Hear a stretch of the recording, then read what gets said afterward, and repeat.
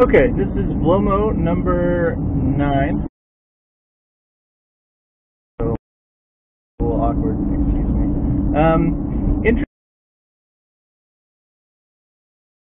about it, but yesterday the Symbian Foundation made a big announcement that they're going to be shifting their leadership and stuff.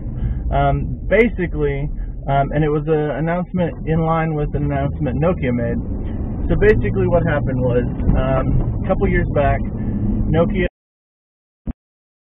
the Symbian, I think it was called Symbian Inc. or Symbian Limited. Anyway, Symbian was its own company that Nokia owned a large part of, but not all of. So Nokia bought all the shares, and then they set up the Symbian Foundation, which is an open source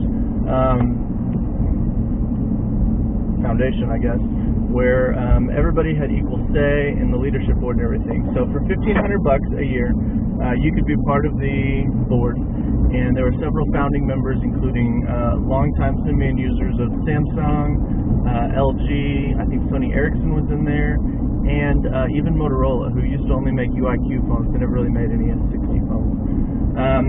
So Nokia bought it all, made it into this foundation, and said, this is the way to go. We're going to open source the whole stupid thing. It's going to be super cheap to use, no licensing fees per handset, and all that kind of stuff.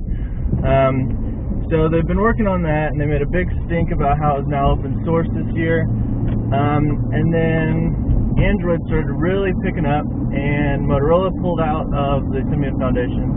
And then not but a couple months ago, Samsung and Sony Ericsson did as well. And I think at one point LG did, but LG really made probably maybe 3 Symbian phones, so it wasn't a big deal. But Sony Ericsson and Samsung was a huge deal for them to pull out of the Symbian Foundation. So now the foundation that was set up so that everybody has equal say is really only governed by Nokia, basically. I mean, there was other people there, but for all intents and purposes. So basically what they did is they said, all right, we're going to redo this whole thing. Nokia basically was always the ones that were putting forth the developers and stuff to write the code. So they're going to basically pull that in officially, and Nokia is going to be in charge of all the code in terms of building the platform and new features and that sort of thing. Meanwhile, the Symbian Foundation is going to be here still.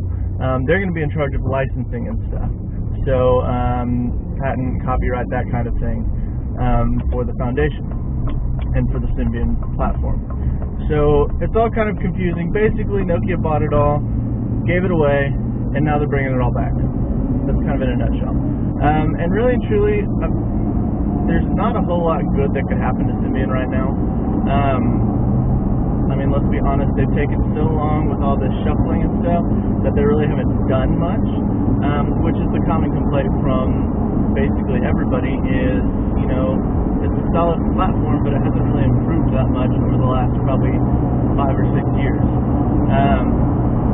So hopefully, now that there's only one company kind of in charge, which is Nokia, they'll be able to make improvements and stuff a lot quicker. Because that was one of the problems of Symbian before, even before the whole foundation and everything, was that you know, Nokia owned part of Symbian, but not all of it, so they had to treat it as a separate company, which meant that it was a big pain to get anything done.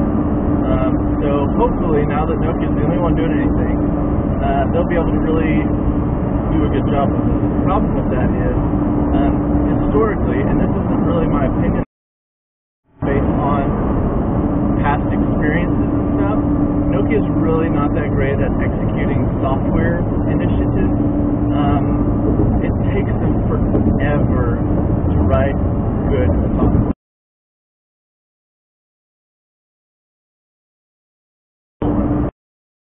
Solid piece of software, in my opinion. I used to use it when I used Nokia phones. It worked good. It didn't slow my computer down. It did everything you could possibly think of. And then they were like, you know what? Let's just jack this whole thing. We're gonna. Granted, I haven't used the past probably 3 or 4 versions of OV Suite. I think the last one I used was 2.2 or something. I don't know.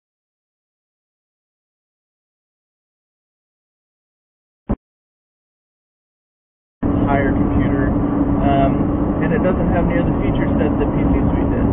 So you kind of have to wonder, why would you do this? So anyways, that's kind of a history of like Nokia's software development team. Historically, isn't all that great at actually doing things. So hopefully, I really hope that they can do something different. Now that they're the only ones doing Symbian, in charge of the code and such, I really think that it's a good opportunity for them to really kind of be dabbling on. The only problem with that too, though, is, if you think of it, they also have Migo. So now they're going to have to kind of shift or share their resources between Migo and Symbian, and what gets more attention, and it's a real big mess, to be honest with you. But I don't know, we'll see. So hopefully they can execute this shift in leadership change really, really quickly, which should mean that they'll be able to start making changes to the code and everything a lot quicker, implementing new features, that sort of thing. So definitely a time to wait and see. I've always said that Nokia's big joke is that OV really means wait and finish, and not door, as they like to say. So it seems like everything OV related, we're always waiting.